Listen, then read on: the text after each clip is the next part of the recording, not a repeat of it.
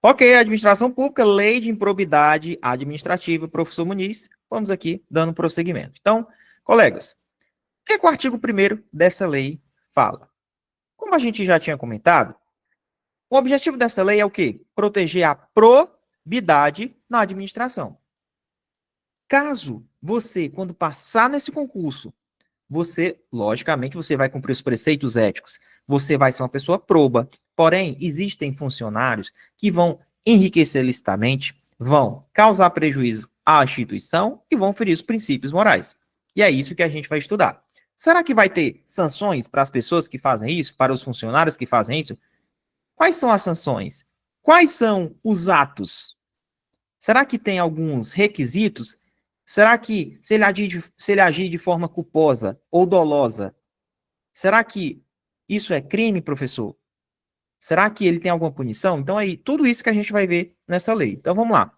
Então, o objetivo da lei é proteger a probidade na administração pública e garantir a integridade do patrimônio público e social. Pontos importantes. Está aí no seu material. Ó, os atos de improbidades, eles só vão existir se for de forma dolosa. O que é de forma dolosa, Muniz? É porque o cara teve intenção. Ah, mas é porque foi por negligência, foi um descuido. Não existe isso. Ou você faz ou você não faz. Então, atos de improbidade só existem na forma dolosa.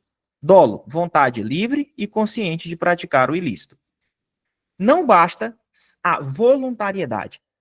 Tem que exigir a intenção ilícita. Olha o detalhe. Não basta a voluntariedade. Tem que existir o quê? A intenção ilícita. Atuação lícita. Exercício legítimo da função pública não configura improbidade. Certo?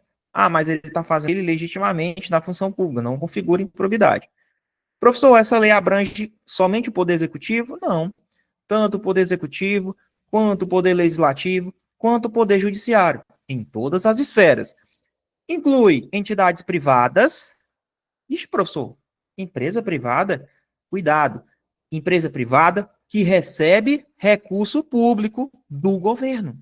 Ah, então quer dizer que se tiver uma entidade que ela está lá, fez um contrato com o governo, e se ela praticar um ato de improbidade, né, se for comprovado, ela pode estar respondendo. A lei se aplica também? Se aplica. Se aplica a entidades privadas que recebem recursos públicos, não é qualquer entidade. Ela tem que estar recebendo os recursos. Professor, e as divergências interpretativas configuram ato de improbidade? Bom, a lei é clara. Divergências interpretativas de interpretação. O juiz falou outra coisa, o outro falou outra coisa. Mas são divergências legítimas. Elas configuram ou não improbidade? Não configuram improbidade. Não configura improbidade. Não configura improbidade. O quê? As divergências interpretativas. Quem é um agente público? Quem é um agente público? Abrange qualquer pessoa que exerça cargo, mandato ou função, mesmo que transitoriamente ou sem remuneração. Vixe, professor, quer dizer que tem gente que presta serviço para o governo sem remuneração? Tem. Então a lei é clara. Cargo, mandato, função, mesmo que de forma transitória ou mesmo que não receba remuneração. Certo? E isso advide um mesário, por exemplo.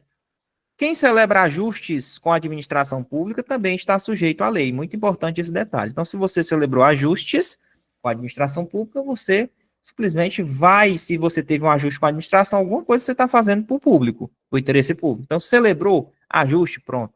Se você é um particular, ah, mas eu não sou servidor, eu sou um particular, certo, mas se você celebrou um ajuste com a administração pública, você também pode estar sujeito a essa lei. Responsabilização de terceiro. Então, o cara que induziu, o cara que concorreu dolosamente, responde ou não pelo ato? Responde pelo ato. Sócios e diretores só vão responder se houver o quê? Benefício direto e que seja o quê? Comprovado. Professor, mas o sócio lá da empresa privada? Sim, eles só respondem nesta lei se houver benefício direto e comprovado, logicamente, que houve um benefício direto e caiu no bolso dele. Exceção, não se aplica à pessoa jurídica já sancionada pela Lei 12.846, porque aqui nesse caso essa lei vai regular uma outra situação, tá certo? Isso aqui é uma exceção, mas o que é importante a gente tirar desse ponto aqui? O cara que induziu, O cara que concorreu, isso, responsabilização de terceiros. Dolosamente responde pelo ato.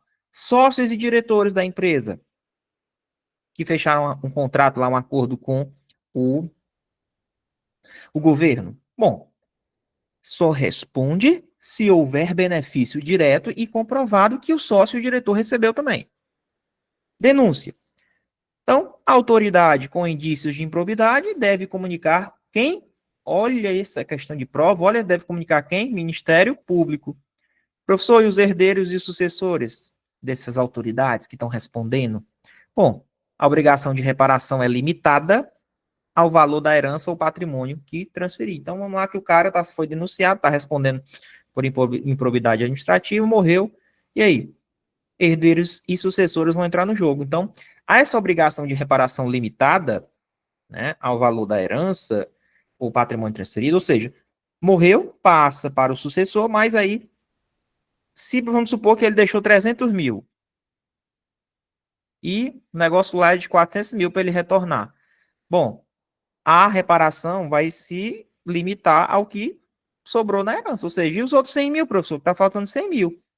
Infelizmente, vai se perder, porque a obrigação é somente, ela é limitada ao valor da herança ou patrimônio que foi transferido para a pessoa. Deu para entender? Responsabilidade sucessória. Bom, aplica-se às alterações societárias, como fusão ou incorporação. Limite. Responsabilidade restrita ao patrimônio transferido, exceto em caso de fraude comprovada. Então, vamos lá. Responsabilidade sucessória. Aplica-se essa responsabilidade às alterações societárias como fusão ou incorporação. Anote aí. Aplica-se às alterações societárias como fusão ou incorporação. Ah, houve uma fusão de uma sociedade, né? Nós estamos numa sociedade, fugimos, incorporamos a outra. Sim, responsabilidade sucessória, meu amigo. É aplicado para eles também. E responsabilidade restrita ao patrimônio que foi transferido para lá. Mesma situação. Falou em patrimônio, é restrito ao que foi transferido. Eu não posso cobrar, por exemplo, algo a mais, sendo que não ficou, né? Para aquela pessoa não tinha culpa. Então, ela, o que sobrou para ela do patrimônio é o que vai ser pago. Agora, se for comprovado fraude, aí, meu amigo, é um caso de exceção, vai ter que pagar tudo. Se for comprovado fraude nesse patrimônio transferido, então, aí pode ser que ele pague logo, é tudo mesmo. Mas é isso. De novo, professor, tá difícil. Calma. Quando tu pega um artigo difícil, tu faz assim, ó. O professor disse que é aplicada essa lei às alterações societárias. Aplica as alterações, né? Como fusão e incorporação.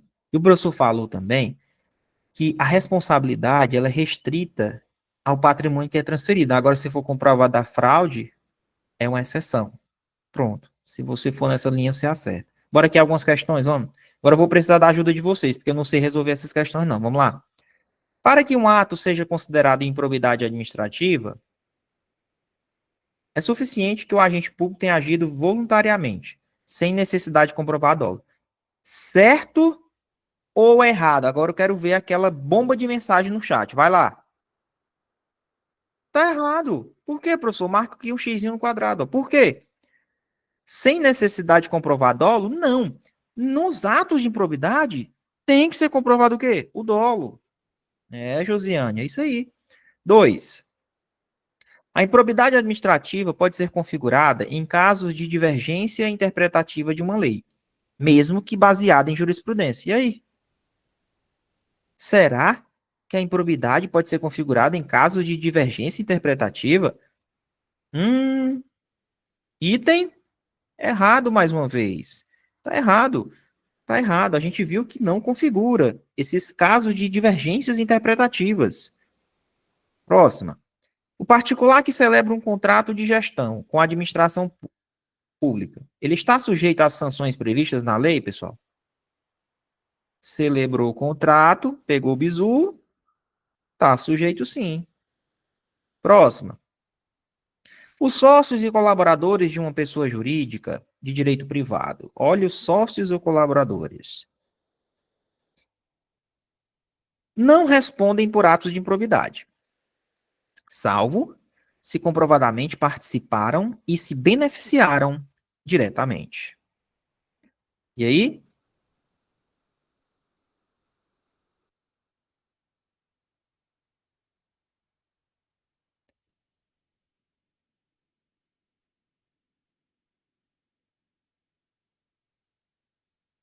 Os sócios e colaboradores de uma pessoa jurídica de direito privado não respondem por atos de improbidade, salvo se for comprovado que eles participaram e se beneficiaram diretamente.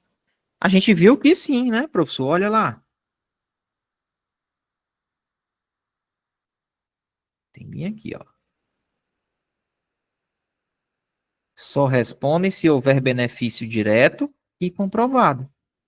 Ou seja, a regra é que eles, o sócio e colaborador de uma empresa, uma pessoa jurídica de direito privado, não responde pelos atos. Agora, se for comprovado que ele participou e se beneficiou diretamente, aí ele vai responder. Item correto. Parabéns para os que acertaram, tá? Próximas questões. A autoridade que tiver conhecimento de indícios de improbidade administrativa deve, obrigatoriamente, representar ao Ministério Público. E aí, pessoal? Será que é facultativamente ou obrigatoriamente? A pessoa é uma autoridade. Verificou que há indícios que aquele servidor cometeu improbidade. É obrigação dele? É. Até porque se ele é condescendente com o crime, né? Vendo uma pessoa cometer um crime e não fizer nada, ele está praticando até aquele crime contra a administração pública, com descendência criminosa, né? Sexta, a responsabilidade sucessória de atos de improbidade não se aplica a fusões e incorporações societárias. Foi o que a gente viu? Certo ou errado isso aí? A gente viu que se aplica sim.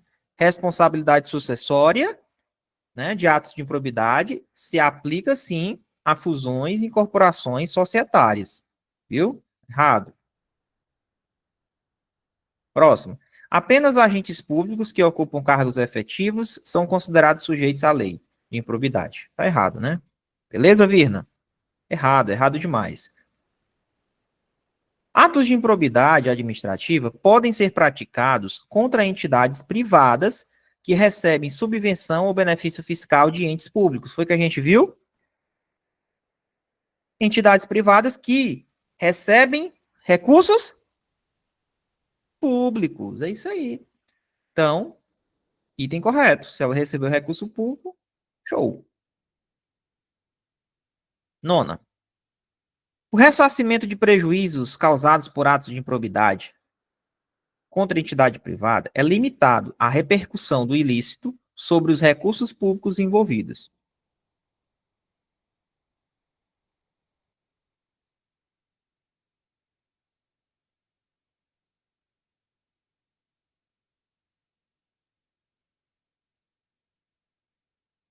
Ó,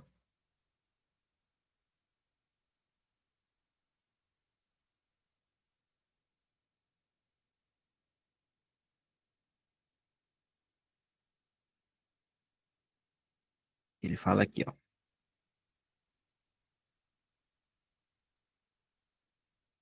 Cadê, pessoal? Aqui. Responsabilidade restrita ao patrimônio transferido, exceto em caso de fraude comprovada.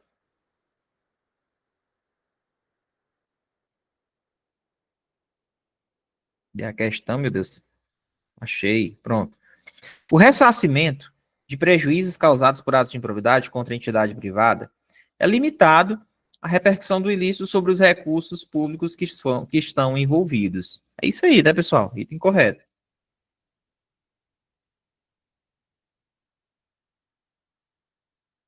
Herdeiros ou sucessores de um agente público que causou dano ao erário podem ser responsabilizados até o limite do valor da herança ou do patrimônio. Tá certo aí? Correto também.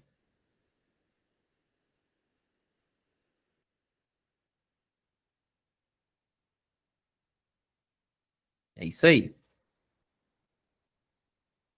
Até o limite do valor da herança ou patrimônio que foi transferido. Beleza? Continuando aqui, pessoal. Agora a gente vai estudar o que é que caracteriza atos que importam enriquecimento ilícito, atos que causam prejuízo ao erário e atos que ferem os princípios e a moralidade. Então, atos de improbidade que importam enriquecimento ilícito. Resumindo, está lá no artigo 9. O que é que o artigo 9 diz, Muniz, de uma maneira mais resumida? Cara, ele está dizendo o seguinte: é quando tu faz a jogada para tu ficar rico. Tu aparece com uma BMW, tu é servidor público, com uma fazenda de 30 milhões de reais. Então tem alguma coisa de errada, né? Tá enriquecendo licitamente com alguma coisa. Então, detalhe, tem que estar fazendo isso de forma dolosa e tem que resultar numa vantagem patrimonial que entre dinheiro no bolso dele. E isso ele utilizando a função pública, entendeu? Então tá aí. Principais situações. Recebe vantagem econômica indevida. Então, por exemplo, dinheiro, bens móveis, imóveis, comissões, presentes, de quem tem interesse em alguma coisa que pelo cargo dele ele vai ajudar. Então, configura ato de improbidade? Sim, aquele ato de improbidade que configura enriquecimento ilícito, porque está indo o dinheiro para o bolso do servidor. Facilitando contratações acima do valor de mercado. O cara compra de imóvel ou um serviço com superfaturamento, por exemplo. Acontece muito isso em licitação, né? Facilitou e recebeu dinheiro por fora. Ó. Facilitou a alienação ou um serviço abaixo do valor de mercado, incluindo permutas e locações de bens públicos.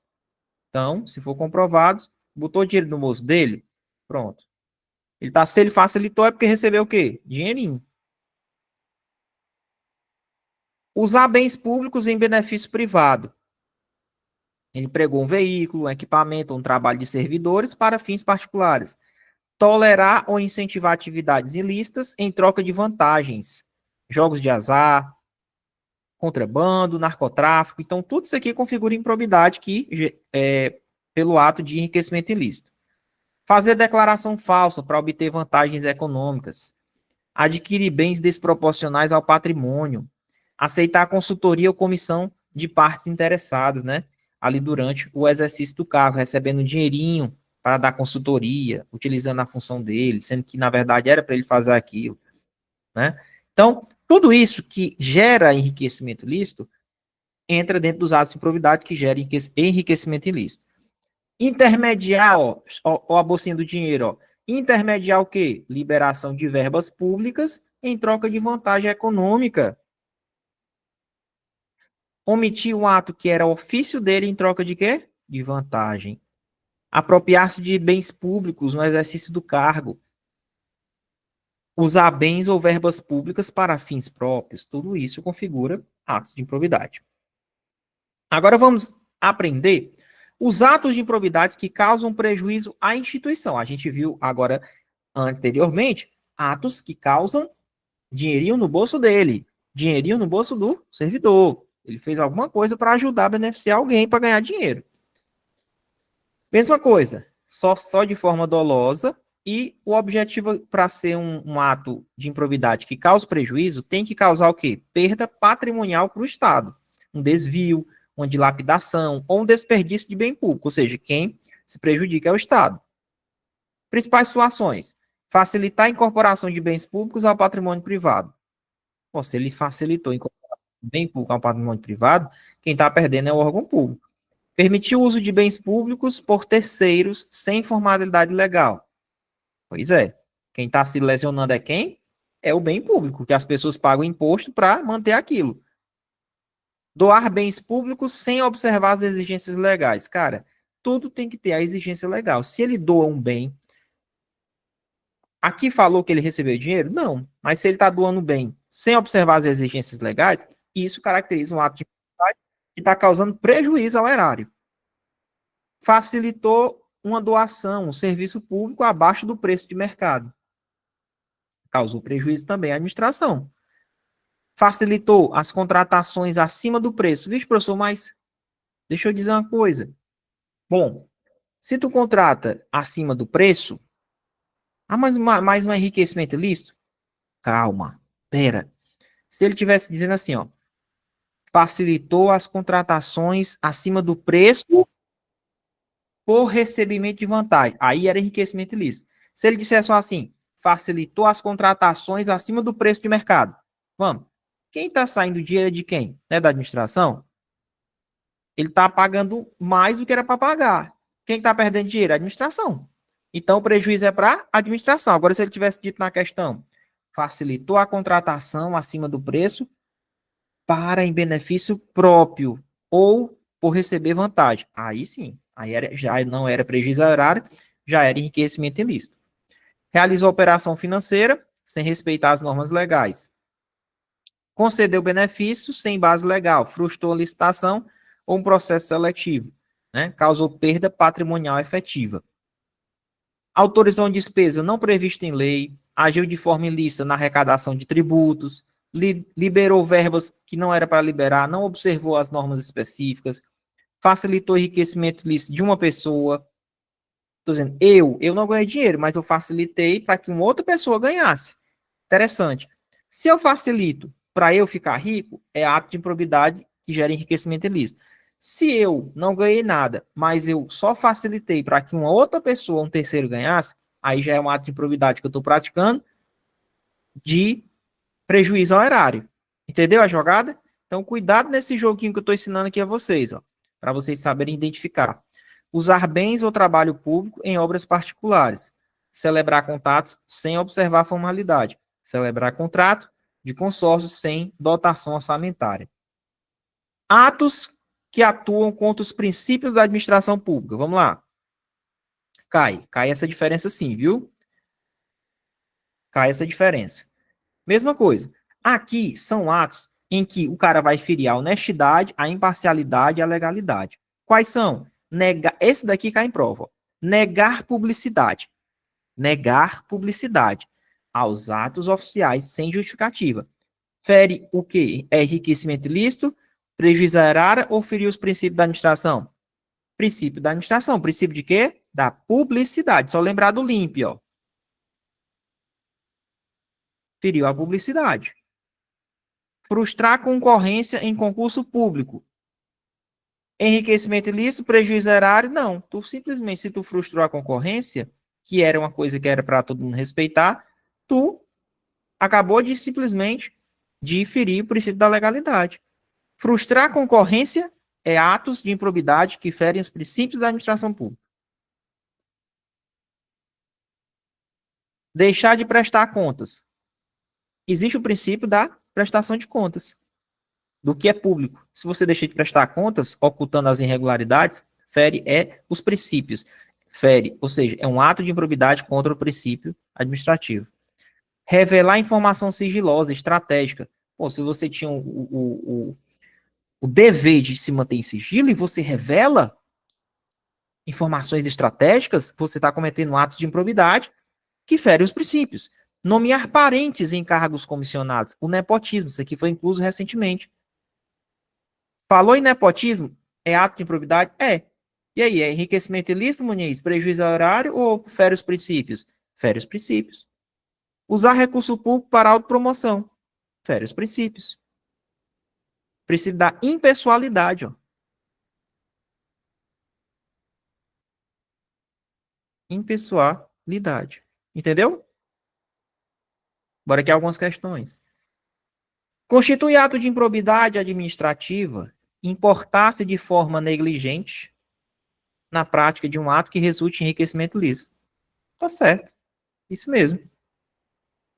É ato de improbidade, né? Se gerou enriquecimento ilícito, quais são as formas que nós temos? Enriquecimento ilícito, causou prejuízo ao horário, oferiu os princípios.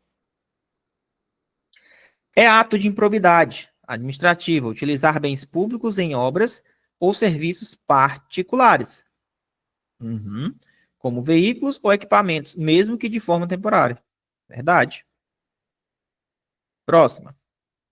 Receber presentes, comissões ou qualquer vantagem econômica de que tenha interesse relacionado às atribuições do agente público é permitido, desde que não interfira nas decisões administrativas, certo? Errado, né? Tu vai receber presente, comissão, qualquer vantagem econômica de que tenha interesse relacionado à atribuição do agente público é permitido, desde que não interfira nas decisões. Quarta, facilitar a contratação de serviços por valor superior ao do mercado, mesmo com a intenção de beneficiar a administração pública. Meu amigo, se tu facilitou a contratação de um serviço por um valor superior de mercado e recebeu vantagem econômica, era enriquecimento ilícito. Agora, se a questão dissesse só facilitou, ele não recebeu dinheiro, mas ele causou prejuízo ao erário. Então, a quarta questão está correta. 5. É um ato de improbidade administrativa doar bens públicos sem observar as formalidades legais, ainda que seja para fins educativos ou assistenciais. Será, pessoal? Será que é improbidade doar bens públicos sem observar as formalidades legais? Tá certo, é isso mesmo. Celebrar contratos de rateio de consórcio público sem dotação orçamentária está causando prejuízo ao erário. Tá correto. Lembra? Vem aqui, ó. Prejuízo ao erário, enriquecimento, prejuízo.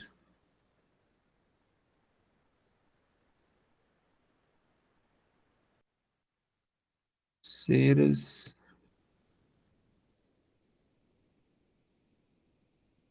Ó, tá aqui, ó. Celebrar contrato de consórcio sem dotação orçamentária, prejuízo ao erário.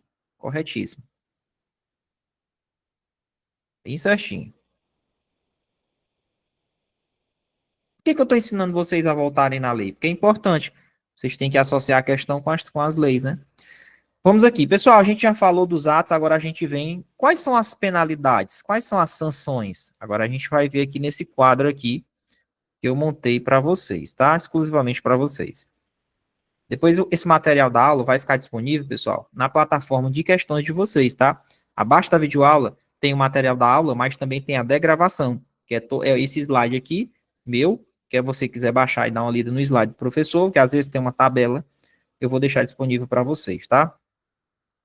E detalhe, após essa aula, eu deixei um simulado programado na plataforma de questões, para quem é assinante, de, acho que é 20 questões, só de lei de improbidade. Então, terminou essa aula aqui, já está programado, simulado, para vocês fazerem, tá?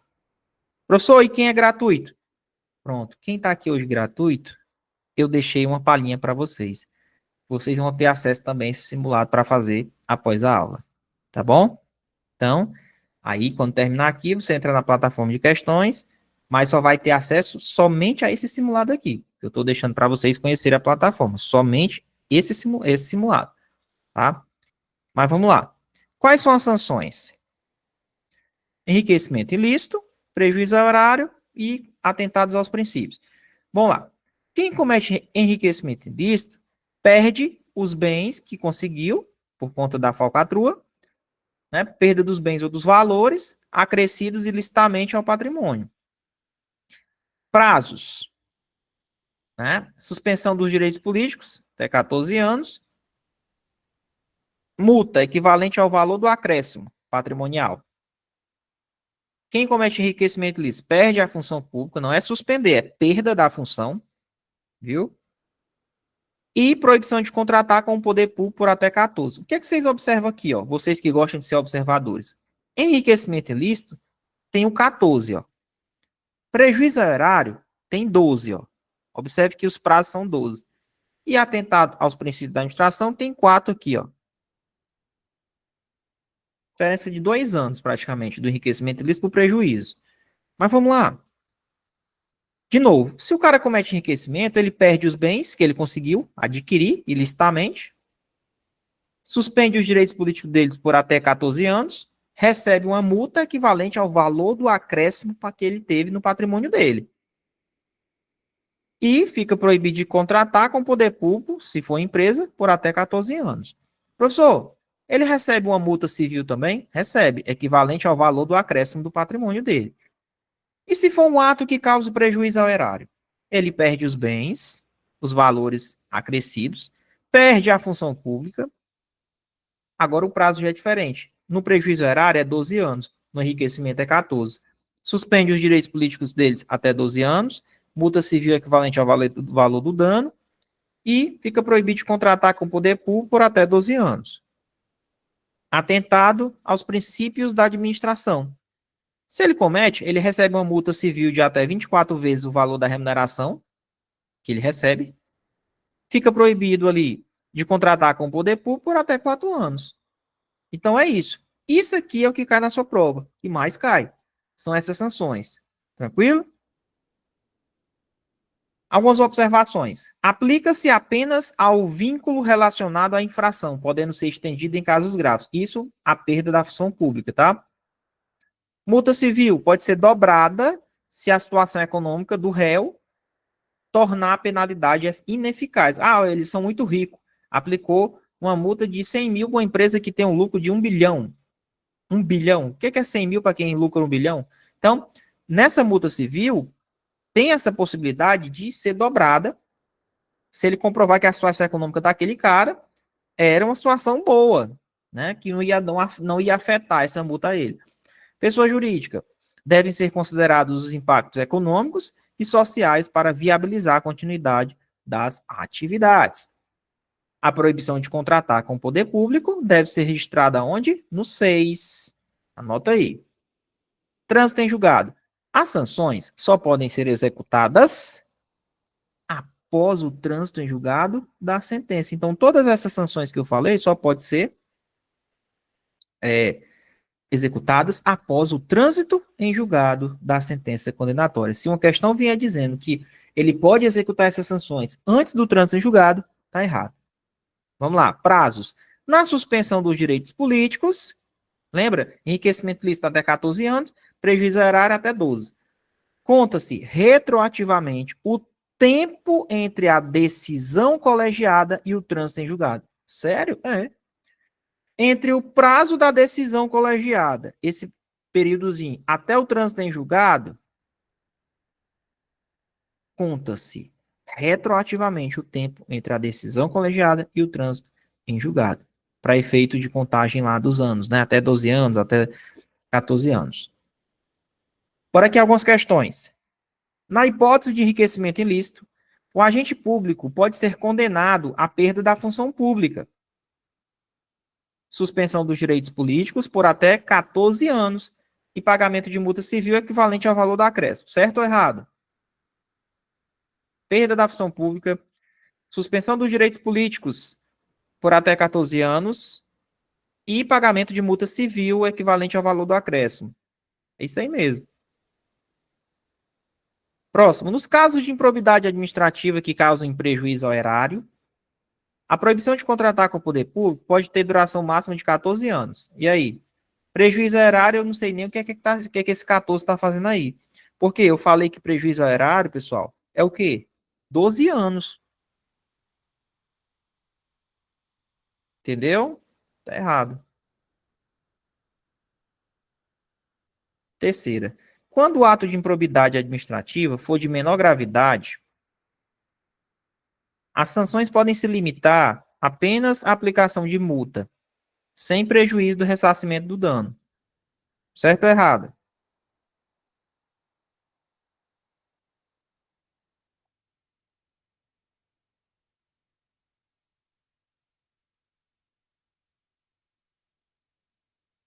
E aí, o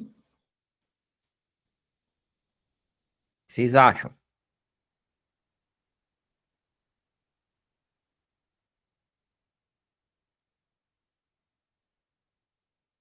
Quero que todos respondam.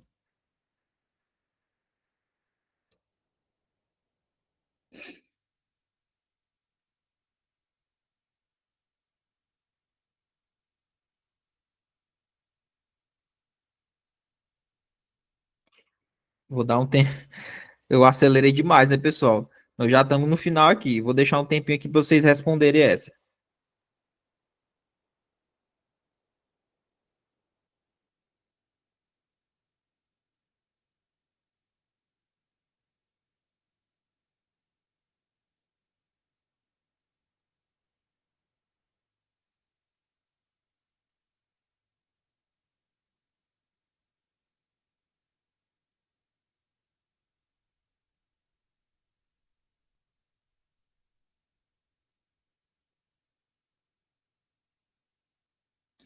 É, porque a aula boa termina rápido, mas depois dessas aqui a gente tá quase terminando, né?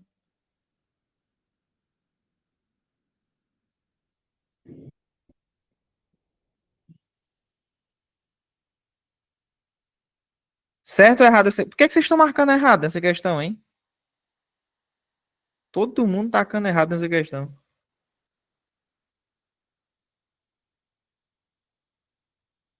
Será que tá errado mesmo essa questão, professor? Ah, professor, porque eu acho que o senhor não falou, não. Pessoal, se você for lá no parágrafo 5 do artigo 12 da lei, ele fala assim: nos casos de menor ofensa aos bens jurídicos, né, ou seja, de menor gravidade, a sanção ela pode se limitar apenas à aplicação da multa, sem prejuízo do ressarcimento do dano e da perda dos valores, quando for o caso, certo? Então, mas é isso mesmo, ela pode, a sanção ela limitar-se-á à aplicação da multa, apenas a aplicação da multa. Isso aqui tá letra de lei mesmo, tá? Tá correto. As sanções previstas no artigo 12 só podem ser executadas após o trânsito em julgado. Ah, isso aqui tá fácil. A gente viu que todas as sanções, elas só podem ser executadas após o trânsito em julgado da sentença, né? 5, questão 5. A multa civil aplicada nos casos de enriquecimento ilícito ou prejuízo ao erário pode ser aumentada até o triplo, se o juiz considerar o valor ineficaz para a reprovação e prevenção do ato. Será que é o triplo ou o dobro? Errado. É o dobro, né? Ela pode ser dobrada se for comprovado que o cara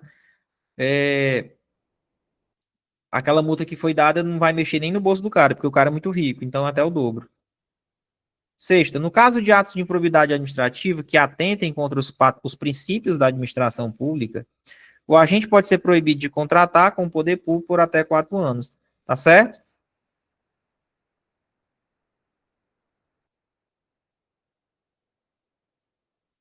Princípios. Contratar com o poder público até 4 anos. Tá certo, não, pessoal?